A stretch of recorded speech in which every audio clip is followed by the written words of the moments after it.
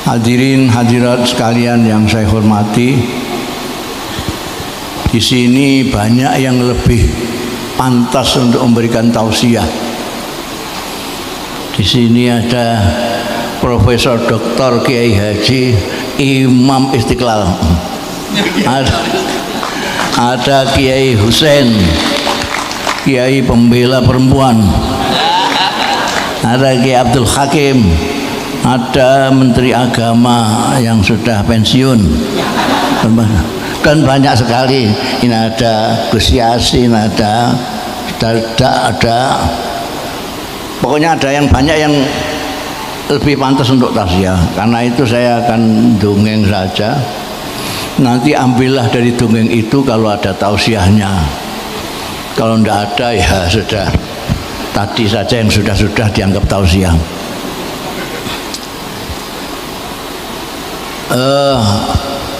Ini cerita dari pelaku sejarah. Saya pelaku sejarah. Jadi nanti Pak Sekjen catat semua ini untuk didokumentasikan ya. Depan saya ini sangat penting. Sangat penting. Jadi saya mulai yang awal sekali. Saya berapa list? Saya dikasih waktu berapa menit? Nanti subuh katanya. Wah, ini bagus kalau sampai subuh. Saya mulai dari awal sekali.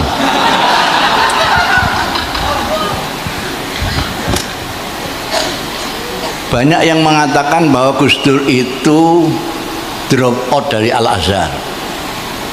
Itu tidak benar. Yang benar, Gus Dur tidak pernah kuliah di Al-Azhar.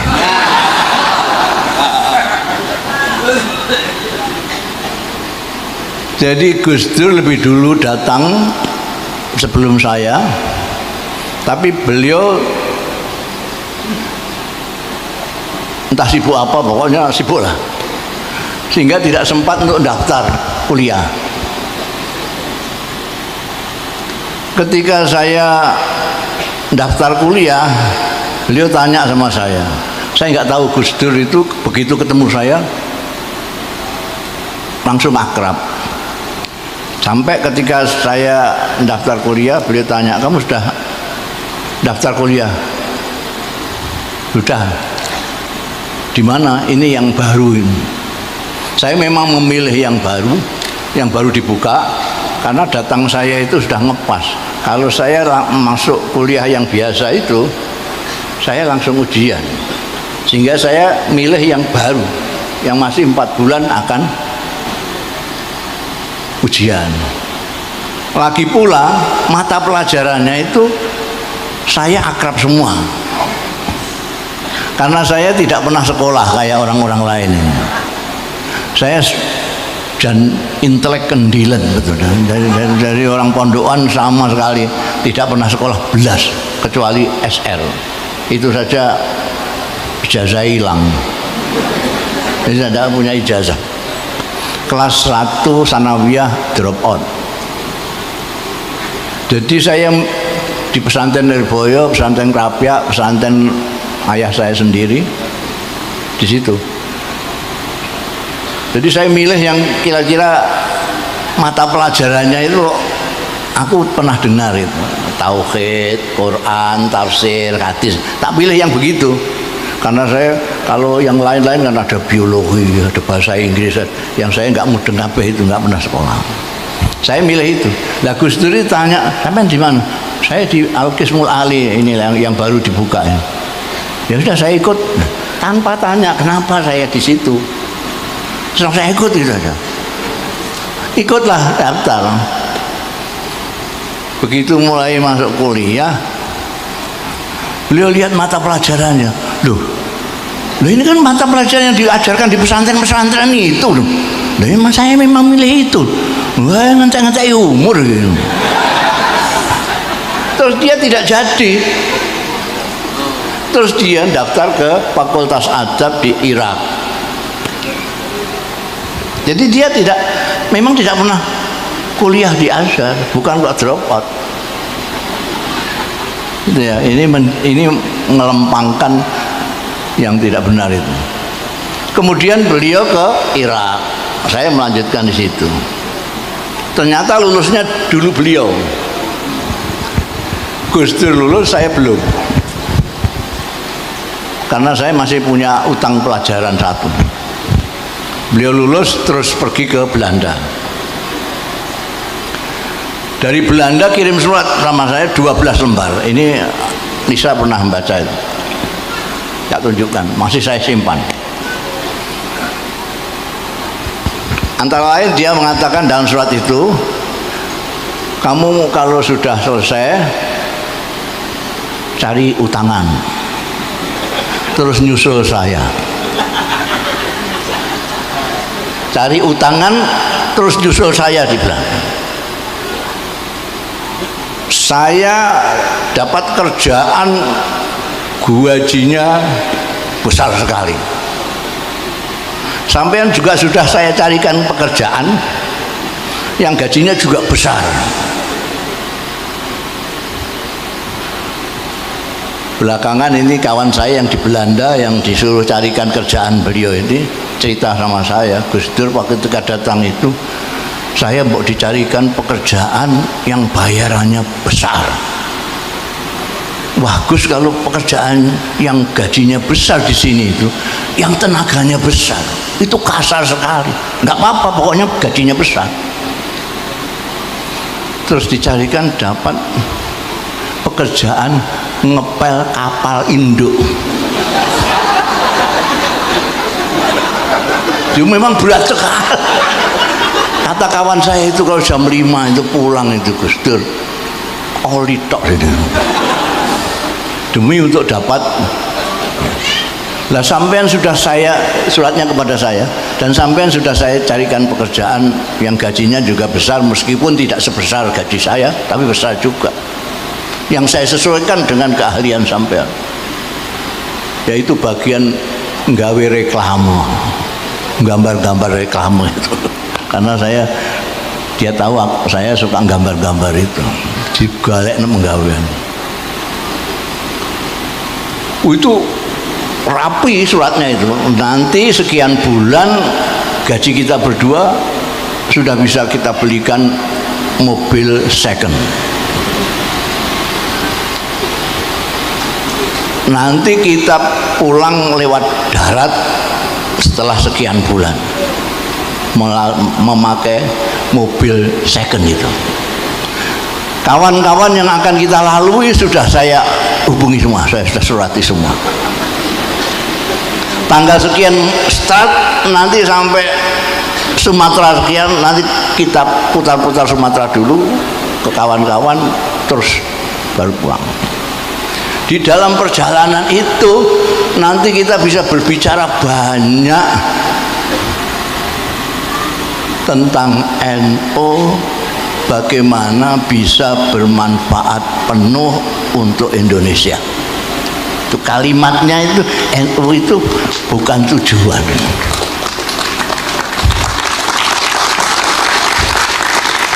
Dan ternyata Indonesia pun itu bukan tujuan juga untuk Gus Dur. Tujuannya adalah dunia, kemanusiaan. Ini saksinya ini. Yahya Khalil Stakuf ini muridnya, ngaku tidak mengaku dia ini muridnya Gus Dur, mbak diangkat jadi juru bicara. Makanya sekarang dia wah mau ke dunia, macam ditaklukkan segala macam, sak jagat itu ya, meneruskan Gus Dur. Kalau malam ini temanya pembaharuan NU, di NU itu yang lahir 26, pembaharuan pertama menurut saya dilakukan oleh Allahyarham Kiai Mahfud Siddiq.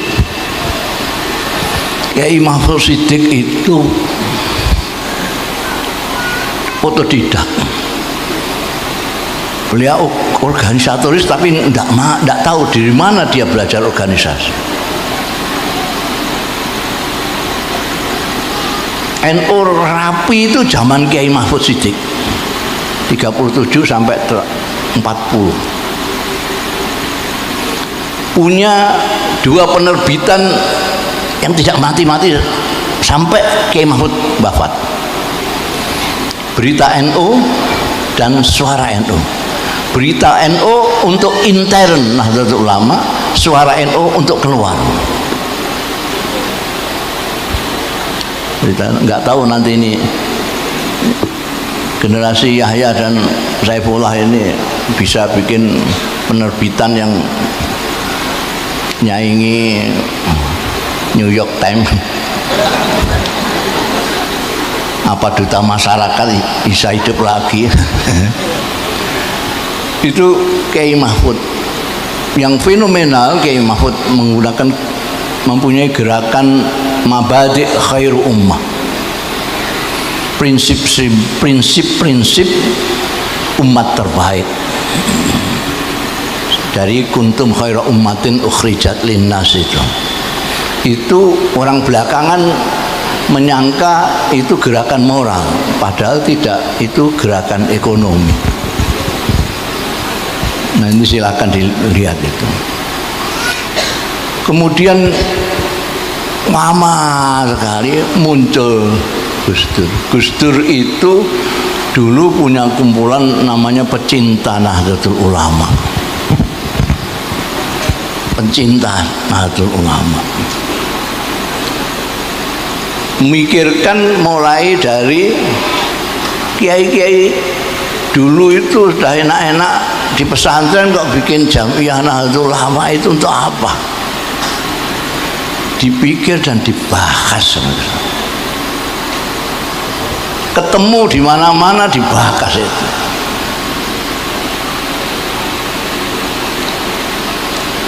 Sampai kalau tadi ada diceritakan tentang apa namanya khitoh kembali ke tahun 26, itu sebetulnya bukan kembali ke 26, ya khitoh Nahdlatul Ulama.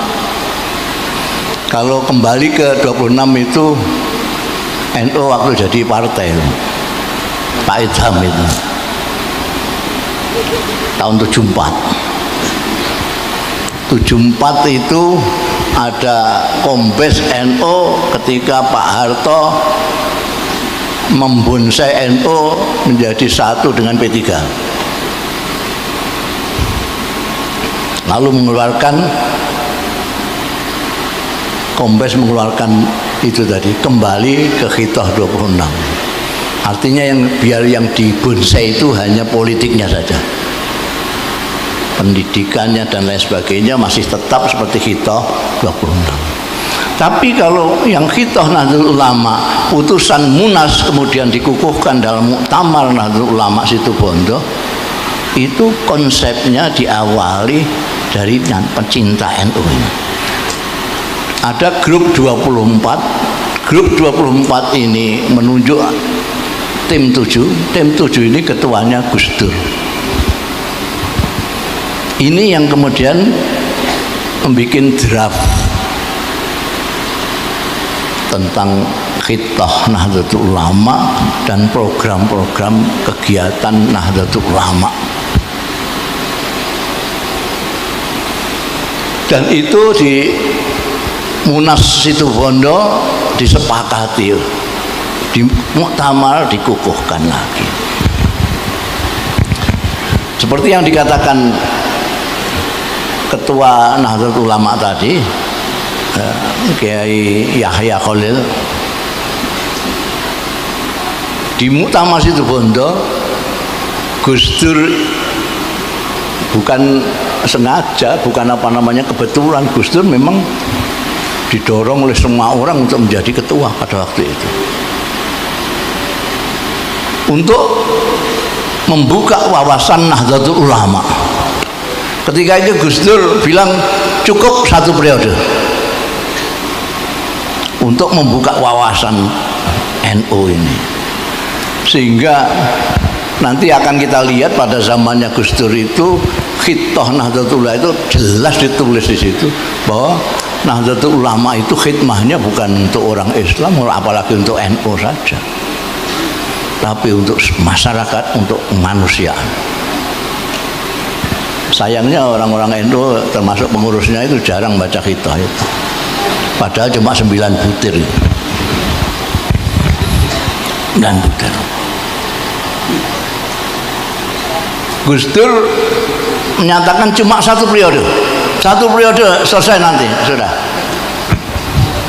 Tapi beliau lupa kelakuannya orang NU itu kalau sudah seneng. Jadi muktamar berikutnya di Yogyakarta, meskipun banyak hantaman dibully bahasa sekarangnya, bully sana sini, Gus Dur terpilih secara aklamasi. Di Kerapiak itu aklamasi, tidak ada pilihan. Kemudian Gus Dur setelah itu ini nuruti wong NU satu periode ini. Bariku wis sakularen.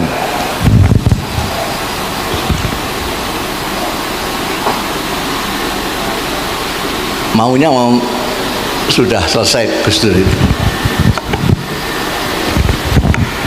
Tapi paman saya Allah yarham Kiai Misbah Mustafa itu, yang karangannya banyak termasuk tafsir dan segala macam, itu dulu pengkritik Gus Dur yang paling hebat soal bank, soal apa itu nulis tidak karu-karuan. Pokoknya ngeritik beletnya Gus Dur, Kiai Misbah. Orangnya apa? Terus terang langsung aja. Ketika mendengar Gus Dur mau berhenti, Kiai Misbah datang ke rumah Keleteh itu. Aku mau Gus Dur mundur. Saya dengar Gus Dur katanya mau mundur. Nggih. Aduh, jangan boleh mundur. Terus saja. Saya bilang, jenengan ini ngeritik apa sing dilakoni Gus Dur jenengan kritik kok saniki ajeng mundur mboten anu. Goblok kowe. Perbedaan pendapat itu fitri, kowe itu bodoh. Lho kene Abdurrahman gak terima ben jawab dene. Itu aturannya wong berbeda pendapat diskusi. Kok terus mangkel-mangkelan ora nyalon barang ngono iku apa ya? Ini kata paman saya. Saiki iki genting.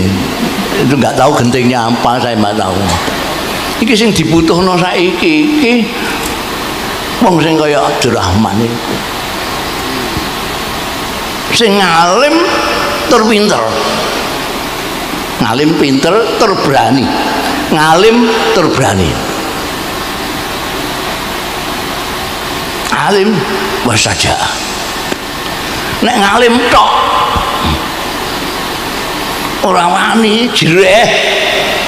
Iki engko ora iso apa-apa. Gak ono gunane iki engko. Iki ngene ngarep.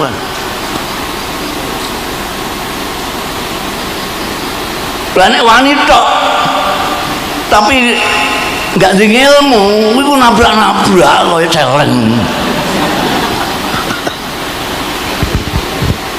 Terus kandhane. Lanjutkan dia, ya aku tan Jakarta nemoni. Sampai ke Jakarta. Ternyata menghadapi Cipasung itu memang kondisinya luar biasa. Pak Harto itu udah kepengen menguasai NU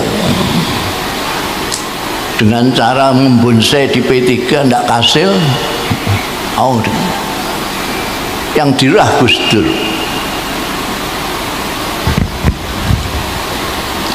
Kok Gus Dur nggak berani, ya sudah, habis selesai NU di Cipasung. Gus Dur ketua NU tidak boleh naik panggung kok. Gila itu Soeharto. Ketua NU sing duwe gawe kok enggak boleh menang-menangan seperti itu. Tapi Gus Dur di belakangnya kiai-kiai se-Indonesia sampai sing istighosah itu enggak karu-karuan, akhirnya menang. Coba kok enggak, Gus Dur sembuh. Wong itu menggunakan bermacam-macam cara untuk menjatuhkan Gus Dur.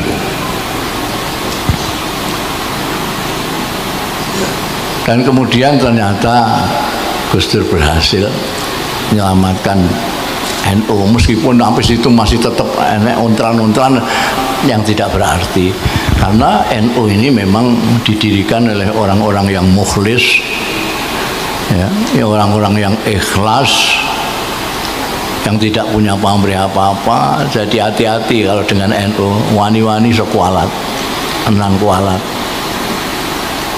Umpamane wis wani NU, wani Gus Dur, wis kualate double-double.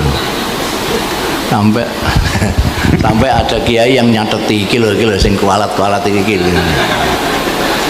Sampai kalau mau daftarnya ini, nanya Gus Yasin, ini Gus Yasin punya catatan. Orang-orang yang kuat, jadi jangan. Jadi pembaruan NU terutama dari segi pembukaan wawasan orang NU yang selama ini hanya mengurusi dirinya sendiri menjadi mengurusi orang banyak. Dari memikirkan NU sebagai ghoyah, tujuan hidup, hanya sebagai wasilah untuk kepentingan Indonesia. Dulu ada kawan eratnya Gus Dur namanya Allahyarham Dr. Fahmi Saifuddin, putranya Pak Saifuddin Zuhri, kakaknya Menteri Agama mantan ini, Lukman Saifuddin. Dua orang ini mempunyai pikiran yang sama bahwa NU bukan hanya bisa untuk berkhidmah, memberikan manfaat kepada bangsa Indonesia, tapi untuk dunia. Dan dua orang ini berpikir terus. Sayangnya ketika Gus Dur dilantik jadi presiden, Dr. Fahmi di rumah sakit tidak bisa apa-apa. Maka salah satu kunjungan pertama presiden pada waktu Gus Dur nilai Dr. Fahmi. Dr. Fahmi nangis, Gus, ternyata sampean sudah bisa jadi pemimpin bangsa, pemimpin negara, saya tidak bisa bantu apa-apa.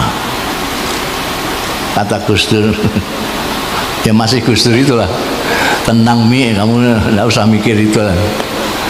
Saya sekarang ini kalau berobat tidak bayar. Banyaknya dari mesti aja presiden obat berapa bayar itu. Jadi kalau saya Gus Dur jarang-jarang ke keluarga ini bukan menurut saya bukan karena Gus Dur sibuk di NU, sibuk di mana-mana, tapi karena Gus Dur itu memang miliknya orang banyak. Jadi ya itu kehebatannya Bunyai Nuriyah dan putra-putranya itu. Beliau itu sadar betul bahwa Gus Dur itu punyanya orang banyak.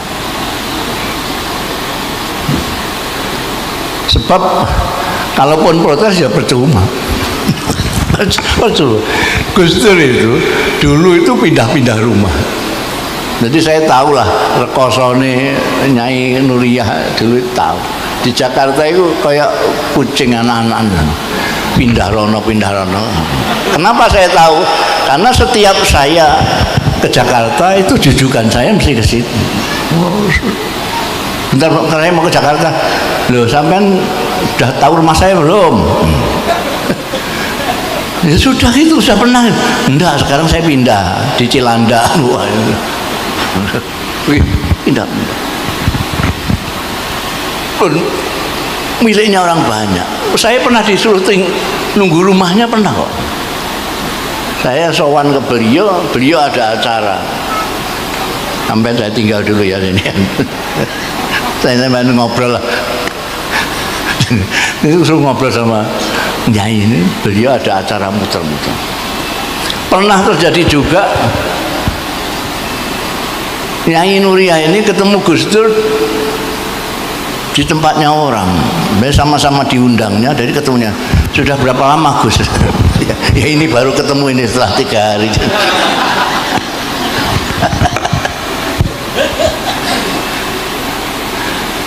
Itu Gus Dur miliknya orang banyak, dan miliknya Gusti Allah Ta'ala.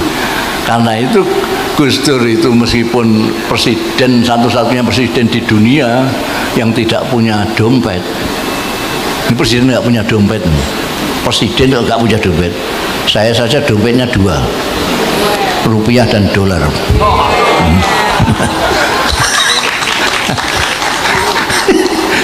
Gus Dur presiden nggak punya dompet. Ini tuku bakso utang anaknya itu Lisa. Saya tahu sampai Gus Dur itu pernah saya sampai itu itu kan dahulunya Kanjeng Nabi itu kan semua itu punya hak. Inna li jasadika alaika hak, inna li ahlika alaika hak. Ini keluarga sampean tinggal. Loh, sampai nanti saksikan sendirilah. Meskipun saya jarang-jarang ketemu keluarga, tapi kualitasnya, dia begitu. Dia selalu bisa menjawab itu. Dia semua aku tak delok kualitasnya kayak apa. Memang luar biasa. Dengan putra-putranya itu. Tidak pernah kok putranya begini terus dilarang-larang, nggak pernah. Asal bisa menjelaskan, kowe kok ngene apa nak, tujuanmu apa. Kalau bisa menjelaskan, ya. Tidak pernah nek urusannya di luar terus digawa ning omah, ya mumet kabeh wong sak omah. Pengurusane semono akeh. Itu ya Gus Dur. Jadi seperti halnya ketua NU tadi yang yakin bahwa Gus Dur itu wali dengan alasannya sendiri, alasan pribadi dan sosiologi tadi. Karena kalau saya tidak pakai alasan, la ya'riful wali illal wali.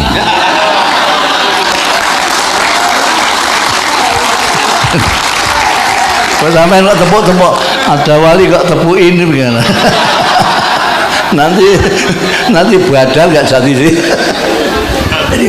Betul. Ini guyonannya Ainun Najib ini sampai sekarang malaikat mungkar nangkir belum ketemu sama Gus Dur. Karena ditunggu itu masih terus banyak orang. Jadi mungkar nangkir itu kan menanya itu setelah pada pergi semua. Ini sejak wafatnya sampai sekarang masih terus orang datang terus. Malaikat nggak datang sampai sekarang ini. Kalaupun datang itu Gus Dur sudah la khaufun alaihim wa lahum yahzan. Itu ciri-cirinya. Sampai kalau pengen lihat wali ya segampang saja. La khaufun alaihim wa lahum yahzan. Dalilnya Quran asli. Udah ning di Jakarta gak dalil kanggo ditakokno dalilnya apa. Dalil Quran. Dalil Quran. Gus Dur itu la khaufun alaih wa la yahzan. Itu ciri-cirinya wali, orang tidak bisa ditaklukkan oleh ketakutan dan tidak pernah susah. Kok sampean mikirno Gus Dur seperti itu, wah susahmu mbah kaya apa? Mikir keluarga, mikir dunia. Gus Dur tidak pernah susah. Saya kira itu ada tausiahnya apa enggak tadi itu? Jadi sampai ambil dari sana itu. Ya, tausiahnya adalah kalau kita mengaku menyintai Gus Dur, kita harus berusaha semampu kita untuk meneladani semampu kita. Mampunya apa? Ada yang mampunya jadi kere, mampunya zuhud. Ini rada berat, ini yang kelasnya Kiai Husain ini. Kelasnya Kiai Husain itu yang zuhud itu. Jujur, udah gampang-gampangan aja, jujur, berani, ya, tanggung jawab, welas asih. Tadi dibacakan oleh tadi mokriknya tadi, itu yang menjadi pegangan kiai-kiai NU sampai Gus Dur. Laqad ja'akum rasulun min anfusikum azizun 'alaihi ma anittum harisun 'alaikum bil mu'minina raufur rahim. Itu pegangannya kiai-kiai, menyontoh Kanjeng Nabi Muhammad sallallahu alaihi wasallam. Kanjeng Nabi Muhammad sallallahu alaihi wasallam itu diberikan oleh Allah sendiri dalam ayat ini bahwa beliau azizun alaihi ma'anitum. Nabi Muhammad sallallahu alaihi wasallam itu tidak tahan melihat penderitaan umatnya. Azizun alaihi ma'anitum. Berat terasa baginya, kalau menurut terjemahannya Kementerian Agama, berat terasa bagi Kanjeng Rasul penderitaan umatnya. Kalau saya menerjemahkannya, Kanjeng Nabi Muhammad itu tidak tahan melihat penderitaan umatnya. Azizun alaihi ma'anitum harisun alaikum, penuh perhatian terhadap umatnya, penuh perhatian kepada umat. Jangan sampai ada umatnya yang tersesat, jangan sampai ada yang menderita. Dan harisun bil mu'minina raufur rahim. Itu yang akan ditiru oleh kiai-kiai. Karena itu saya mempunyai definisi sendiri. Kiai-kiai NU itu alladzina yanzuruna ilal ummah bi ainir rahmah. Kiai-kiai NU itu adalah kiai-kiai yang melihat umat dengan mata kasih sayang. Melihat orang tidak tahu diberitahu, melihat orang bodoh dikasih pengajian, lihat orang yang ya kayak Gus Dur, contoh yang paling jelas. Mudah-mudahan ini bisa menjadi fatwa ya, bermanfaat untuk diri saya dan Anda sekalian. Saya kira cukup, Nyai. Wallahu yuwaffiquna ila ma fi khairul Islam wal muslimin, khairun nahdlatul ulama wa nahdiin, wa khairu Indonesia wa Indonesiin, wa astaghfirullahaladzim li wa lakum wal afu minkum. Wassalamualaikum warahmatullahi wabarakatuh.